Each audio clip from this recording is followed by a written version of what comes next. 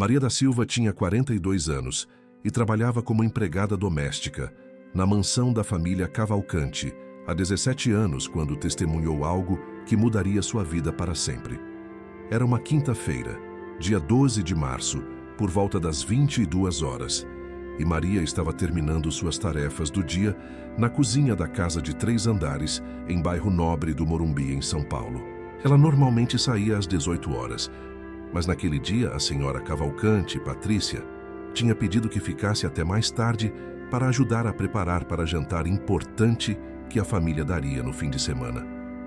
Maria tinha concordado. Sempre concordava. Não podia arriscar desagradar os patrões. Precisava demais daquele emprego. Maria era mãe solo de 4 filhos. Rodrigo, de 16 anos, Juliana, de 14, Gabriel, de 11 e a pequena Ana, de apenas 7. O pai delas tinha desaparecido quando Ana nasceu, deixando Maria completamente sozinha para sustentar a família. O salário que recebia dos Cavalcante, R$ 1.800 por mês, mais vale transporte e cesta básica, era tudo o que tinham. Moravam em 2 cômodos pequenos em Paraisópolis, uma das maiores favelas de São Paulo, a 40 minutos de ônibus da mansão, onde Maria passava 12 horas por dia limpando, cozinhando, lavando, passando. Era trabalho exaustivo, mas era trabalho. E trabalho significava comida na mesa, uniforme escolar para as crianças, teto sobre as cabeças. Os Cavalcante eram família rica, muito rica. Dr. Roberto Cavalcante tinha 54 anos e era dono de empresa de construção civil que valia centenas de milhões de reais. Construía shopping centers, prédios comerciais, condomínios de luxo por toda São Paulo e estados vizinhos. Era homem poderoso, conectado politicamente, respeitado nos círculos empresariais. Sua esposa Patrícia tinha 48 anos e dedicava tempo a eventos beneficentes e clubes sociais exclusivos.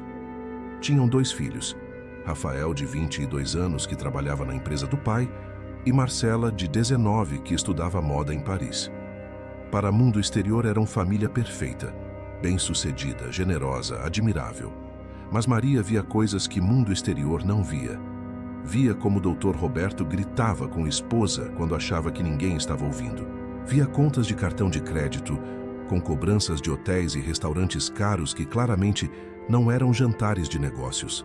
Via tensão constante no casamento que família escondia atrás de sorrisos públicos. E aprendera ao longo de 17 anos que melhor postura era não ver nada, não ouvir nada, não falar nada. Fazer seu trabalho silenciosamente e manter cabeça baixa.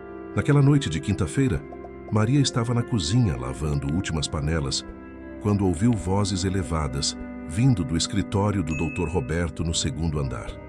Isso não era incomum. Ele frequentemente tinha reuniões de negócios tarde da noite.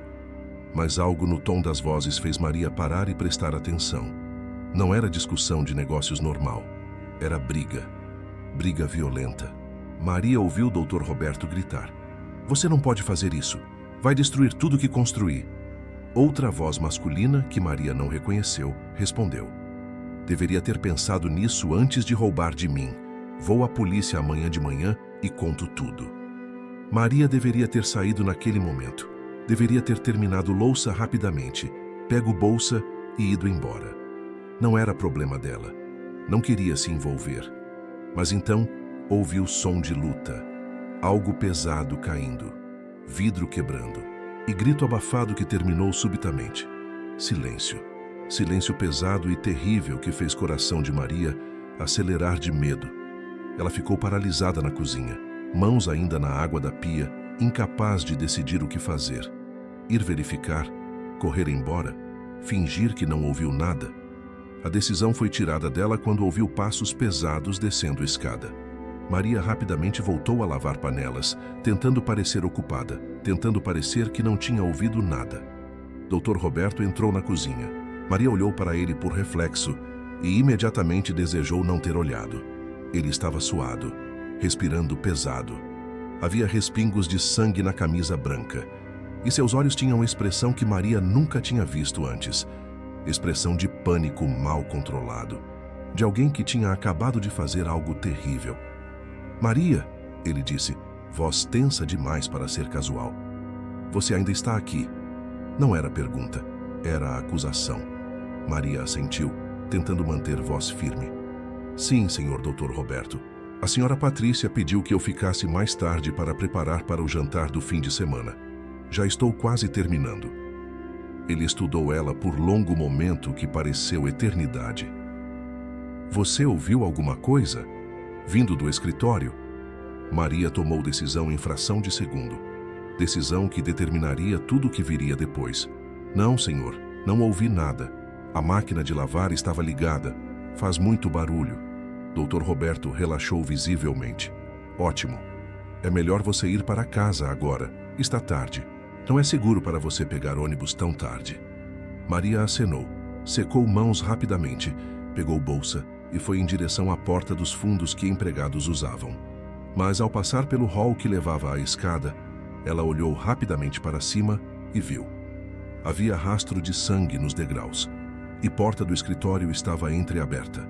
Através da abertura, Maria podia ver pernas de homem estendidas no chão. Pernas que não estavam se movendo.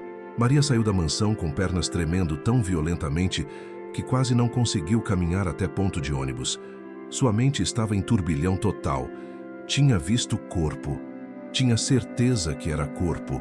E Dr. Roberto tinha sangue na camisa.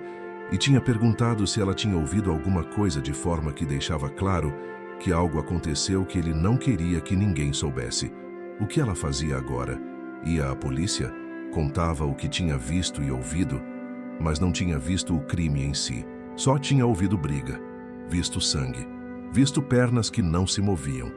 Isso era suficiente? E mais importante, o que aconteceria se ela denunciasse?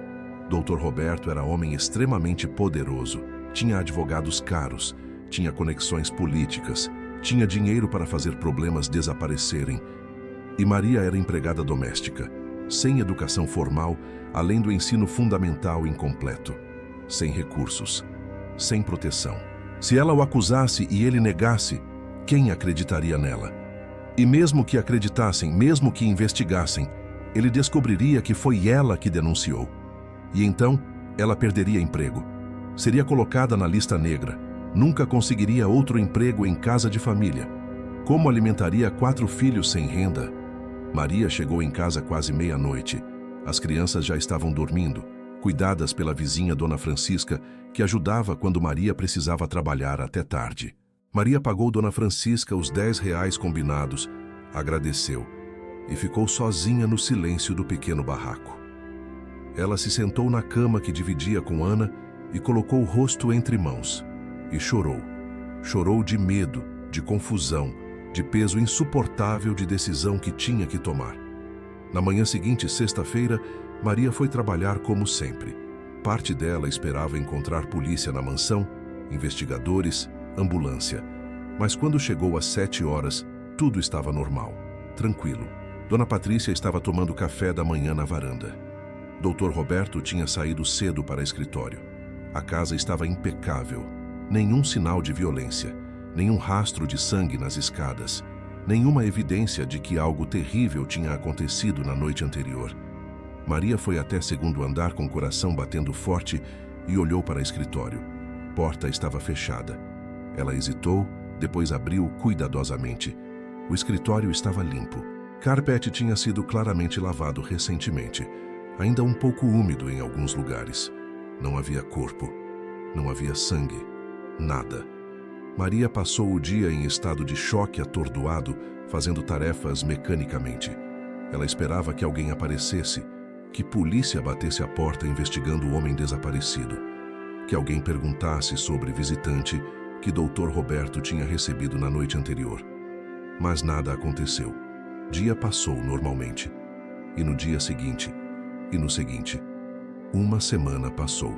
2 semanas. 1 mês. E lentamente, horrível verdade se estabeleceu na mente de Maria.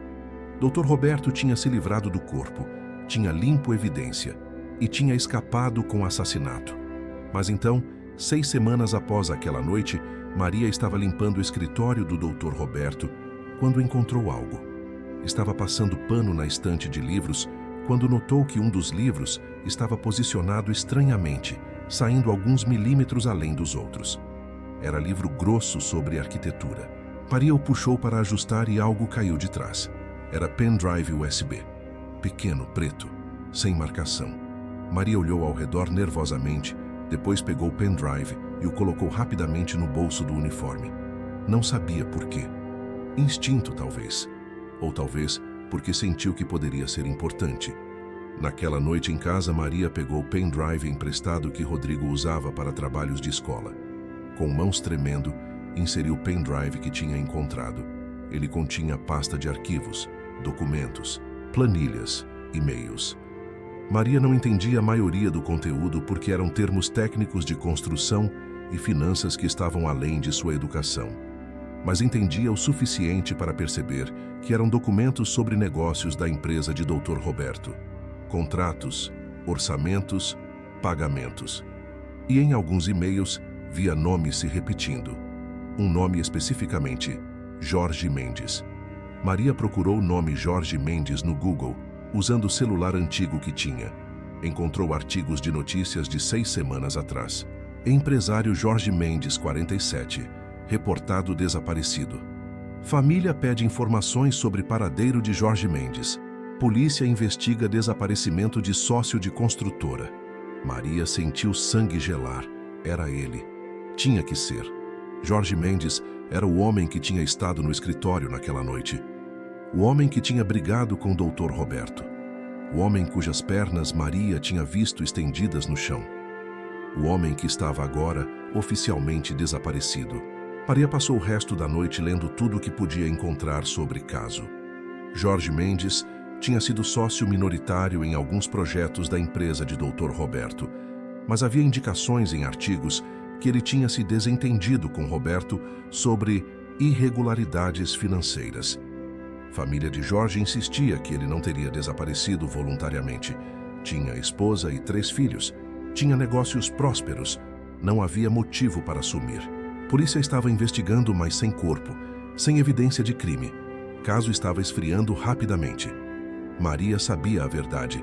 Jorge Mendes não tinha desaparecido. Tinha sido assassinado por Dr. Roberto, no escritório. E seu corpo tinha sido escondido em algum lugar onde nunca seria encontrado. E Maria tinha evidência. Tinha pendrive que Jorge aparentemente tinha escondido no escritório antes de confrontar Roberto, provavelmente como seguro. Pendrive que continha provas de irregularidades financeiras, que Jorge tinha mencionado. Provas que Dr. Roberto tinha matado para proteger. Mas o que Maria fazia com essa informação? Se fosse a polícia agora, 6 semanas depois, por que tinha esperado? Como explicaria que tinha testemunhado algo suspeito e não reportou imediatamente? E como explicaria que tinha roubado o pendrive da casa de empregador? Ela poderia ser acusada de cumplicidade, de obstrução de justiça, ou, na melhor das hipóteses, simplesmente não ser acreditada. Empregada doméstica acusando o empresário rico e poderoso baseado em pendrive que ela admitia ter roubado? Seria descartada e perderia emprego e não poderia alimentar filhos. Maria tomou decisão que carregaria por próxima década. Escondeu o pendrive em lugar seguro em casa, envolto em plástico e enterrado em lata de café vazia no fundo de armário. E não disse nada. Para ninguém. Continuou trabalhando na mansão dos Cavalcante, como se nada tivesse acontecido. Como se não soubesse que estava limpando casa de assassino. Como se não carregasse peso de segredo que esmagava sua alma um pouco mais a cada dia. Nos meses seguintes, Maria observou o Dr. Roberto cuidadosamente. Procurava sinais de culpa, de arrependimento, de humanidade. Mas não via nada. Ele continuava a vida normalmente. Ria em jantares, jogava golfe nos fins de semana. Dava entrevistas para revistas de negócios sobre sucesso de sua empresa. Era como se Jorge Mendes nunca tivesse existido. Como se vida humana não tivesse valor além de quanto ameaçava interesses financeiros de Dr. Roberto. O caso de desaparecimento de Jorge Mendes eventualmente saiu das notícias. Polícia não tinha pistas, sem corpo, sem cena de crime, sem testemunhas. Investigação chegou a beco sem saída. Família de Jorge continuou procurando. Contratou investigador particular, ofereceu recompensa por informações. Mas lentamente, inevitavelmente, a busca perdeu intensidade. Vida continuou. E Jorge foi esquecido por todos, exceto aqueles que o amavam. E Maria? Maria nunca esqueceu.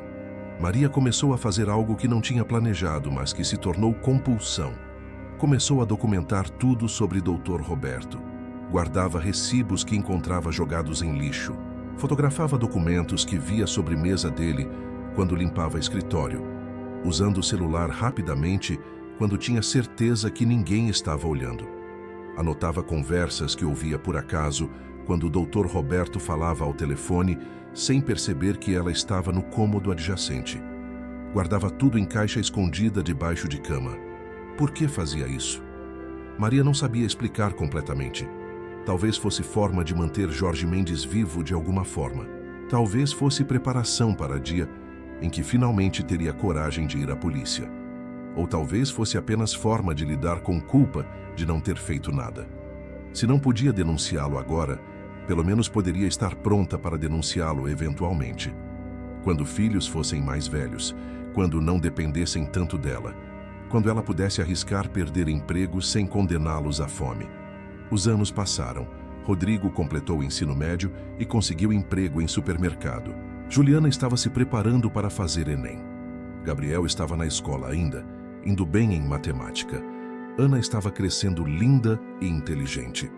E Maria continuava trabalhando na mansão dos Cavalcanti, continuando guardando segredos, continuando coletando evidências.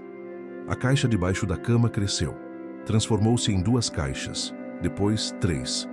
Maria tinha fotografias de e-mails sobre esquemas de superfaturamento em contratos de construção. Tinha cópias de documentos mostrando propinas pagas a funcionários públicos para aprovar projetos. Tinha gravações de áudio de conversas telefônicas que tinha conseguido capturar quando o Dr. Roberto estava no escritório e ela passou o celular gravando escondido no bolso. Tinha notas sobre reuniões suspeitas com políticos corruptos. Tinha evidência de décadas de crimes financeiros. E no centro de tudo, tinha pendrive original de Jorge Mendes, contendo provas das irregularidades que tinham levado à morte dele. 5 anos após o assassinato de Jorge, caso oficialmente ficou frio. Polícia arquivou como pessoa desaparecida, presumidamente voluntariamente. Esposa de Jorge, Mônica, tinha se mudado com filhos para outra cidade. Não podia continuar vivendo em São Paulo, onde cada esquina lembrava marido desaparecido. Vida de Jorge foi apagada como se nunca tivesse existido, exceto na coleção crescente de Maria. Lá Jorge ainda importava. Lá sua morte ainda merecia justiça. Maria às vezes questionava a própria sanidade. Estava vivendo dupla vida. Durante o dia era Maria submissa, obediente, invisível. A empregada que limpava, cozinhava, servia sem ser notada. Mas à noite em casa, tornava-se outra pessoa. Tornava-se detetive, investigadora, coletora de evidências, construtora de caso contra homem que tinha matado e escapado. Era exaustivo, era perigoso, mas não conseguia parar. Houve momentos ao longo dos anos quando Maria quase contou, quando carga ficou quase insuportável, quando via a esposa de Jorge, Mônica, em entrevista de televisão anos depois, ainda suplicando por informações sobre marido desaparecido.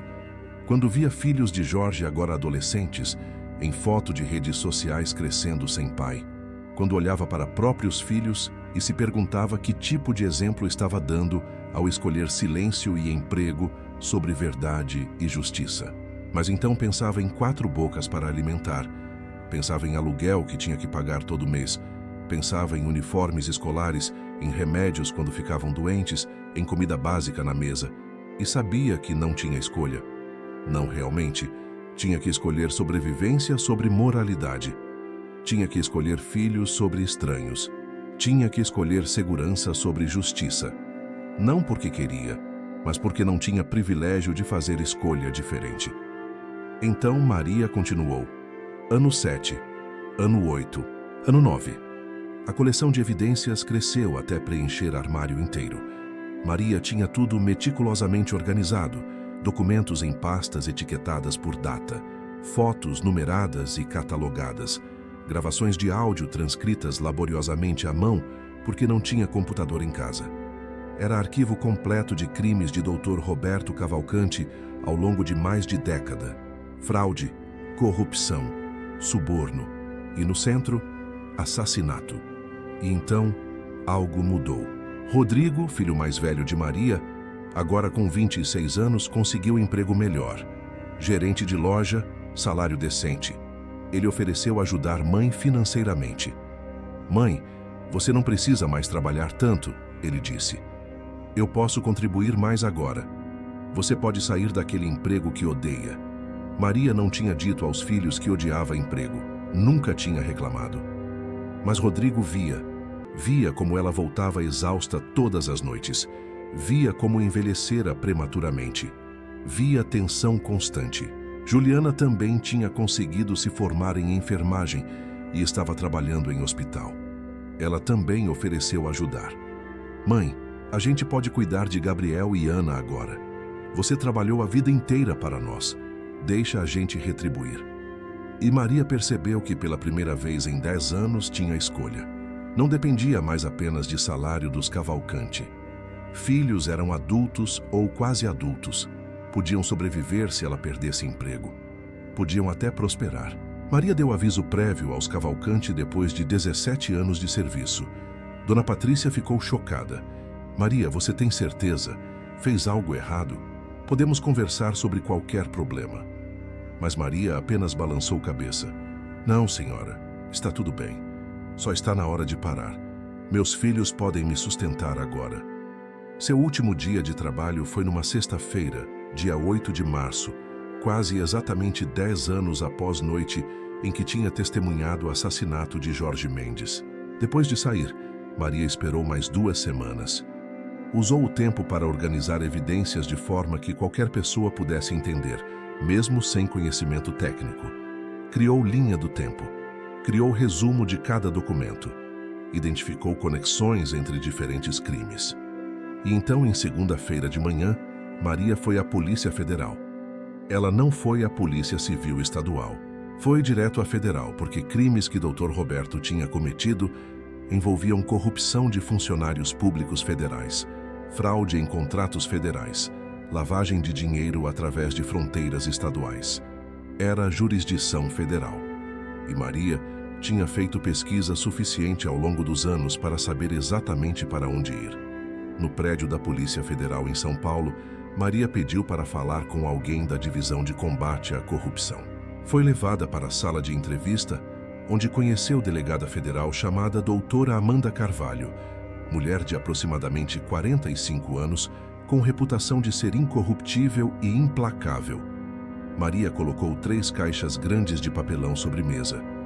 "Eu tenho informações sobre crimes cometidos por empresário chamado Roberto Cavalcanti, incluindo assassinato."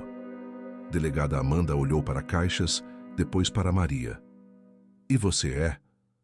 Maria respirou fundo. "Meu nome é Maria da Silva. Trabalhei como empregada doméstica para a família Cavalcanti por 17 anos e passei os últimos 10 anos coletando evidências de tudo o que ele fez." Por próximas 6 horas, Maria contou tudo.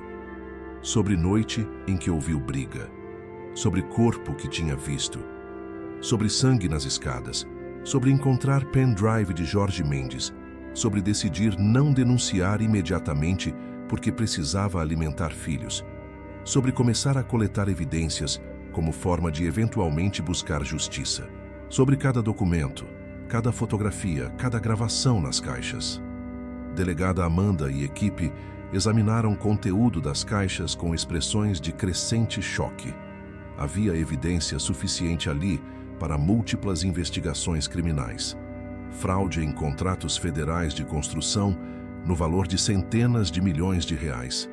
Propinas documentadas para senadores, deputados, prefeitos. Lavagem de dinheiro através de empresas offshore. E no centro de tudo, pendrive de Jorge Mendes contendo planilhas detalhadas de como o Dr. Roberto tinha sistematicamente roubado fundos de projetos compartilhados. "Por que você esperou 10 anos?" Delegada Amanda perguntou, não com julgamento, mas com curiosidade genuína. Maria respondeu honestamente: porque sou mãe de 4 filhos, porque salário da casa dos Cavalcanti era a única coisa entre meus filhos e fome, porque não tinha privilégio de arriscar tudo por fazer coisa certa, e porque sabia que se denunciasse sem evidência suficiente, ele usaria dinheiro e poder para escapar e eu teria perdido o emprego para nada. Ela olhou diretamente para a delegada. Então esperei, guardei provas, e quando meus filhos cresceram o suficiente para não precisarem de mim da mesma forma, vim. Delegada Amanda acenou lentamente. Você entende que pode enfrentar acusações por não reportar crime imediatamente? Por obstrução de justiça? Maria acenou. Entendo. E aceito consequências. Mas pelo menos Jorge Mendes terá justiça. Pelo menos sua família terá respostas. E pelo menos Roberto Cavalcanti pagará pelo que fez. A delegada estudou Maria por longo momento. Então disse algo inesperado. Você é mulher corajosa, Maria. Mais corajosa do que maioria. E vou fazer tudo o que puder para garantir que você não seja punida por proteger seus filhos, enquanto ainda buscava justiça da única forma que podia. A investigação que se seguiu foi massiva. Polícia Federal usou evidências de Maria como base para obter mandados de busca. Invadiram escritórios da empresa de Dr. Roberto, sua casa, propriedades que ele possuía. Encontraram mais evidências que corroboravam tudo que Maria tinha documentado. Prenderam Dr. Roberto numa terça-feira de manhã, em frente de dezenas de câmeras de televisão. As acusações eram extensas: fraude, corrupção ativa, lavagem de dinheiro, formação de organização criminosa.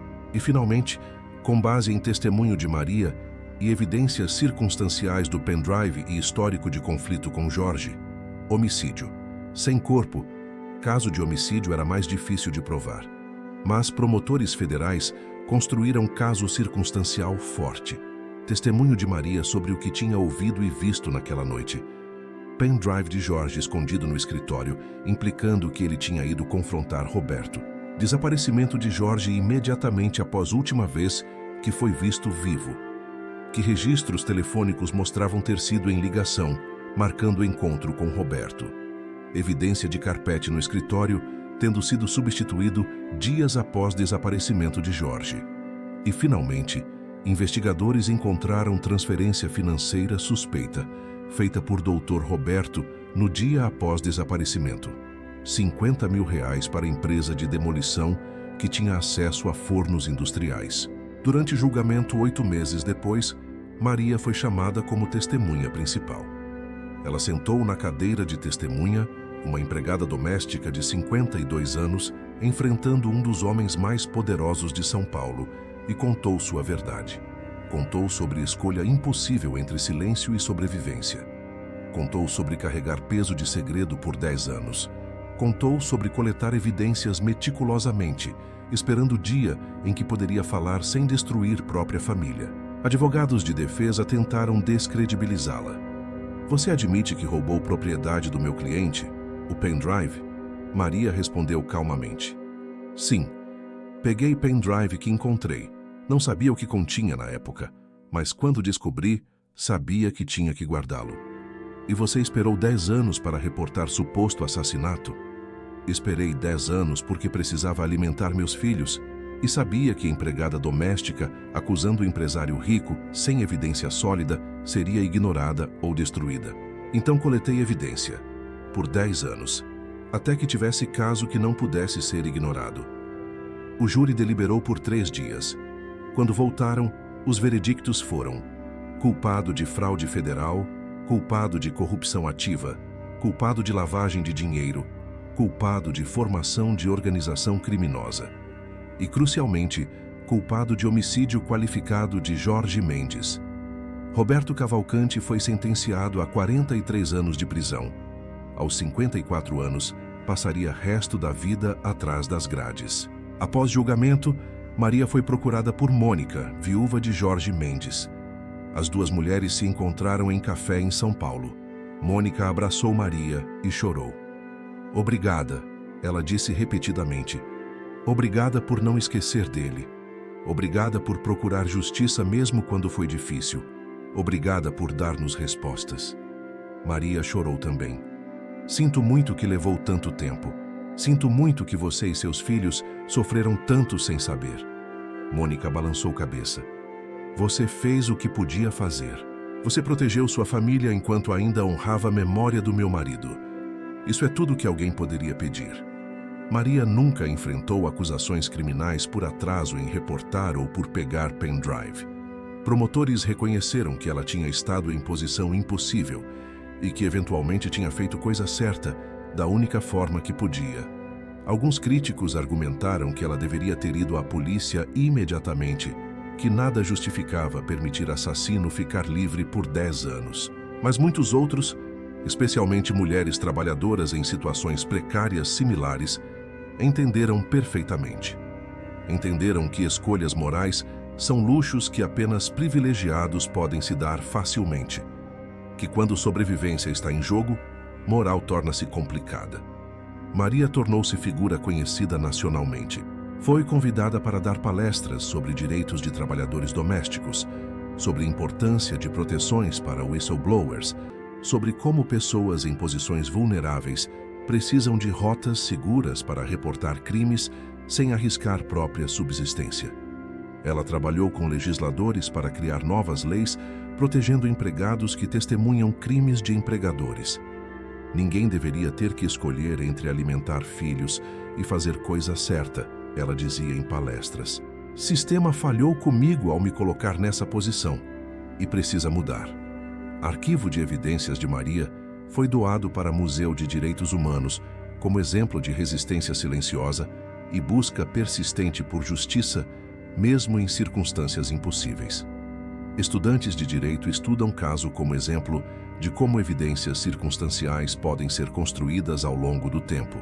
Escolas de jornalismo usam história como exemplo de como investigação paciente pode expor corrupção sistêmica. Maria nunca mais trabalhou como empregada doméstica. Com a ajuda de filhos e alguma compensação financeira que recebeu como testemunha protegida, ela abriu pequeno negócio vendendo comida caseira. Não ficou rica, mas tinha dignidade, tinha autonomia e tinha paz de consciência que não tinha tido em 10 anos. Seus filhos cresceram orgulhosos dela. Rodrigo, Juliana, Gabriel e Ana sempre souberam que mãe trabalhava duro para eles. Mas só quando a história completa veio à tona, entenderam verdadeira extensão de sacrifício dela. Entenderam que ela tinha carregado peso impossível por década para protegê-los. E entenderam que, no final, tinha encontrado forma de fazer tanto justiça quanto proteger família. Não perfeitamente, não sem custo, mas da melhor forma que podia nas circunstâncias. 10 anos após julgamento, Maria, agora com 62 anos, visitou o túmulo de Jorge Mendes. Mônica tinha finalmente trazido placa memorial de volta para São Paulo, para o cemitério onde a família dele estava. Maria colocou flores e ficou ali por longo tempo. Desculpa que levou tanto tempo, ela sussurrou. Mas não esqueci, nunca esqueci. E no final ele pagou por tudo. E sentiu, pela primeira vez em 20 anos, peso finalmente levantar de seus ombros. Esta história nos ensina que justiça nem sempre é instantânea. Que às vezes, fazer a coisa certa significa esperar até poder fazê-la de forma que não se autodestrua no processo. Maria foi criticada por esperar 10 anos, mas ela conhecia sua realidade.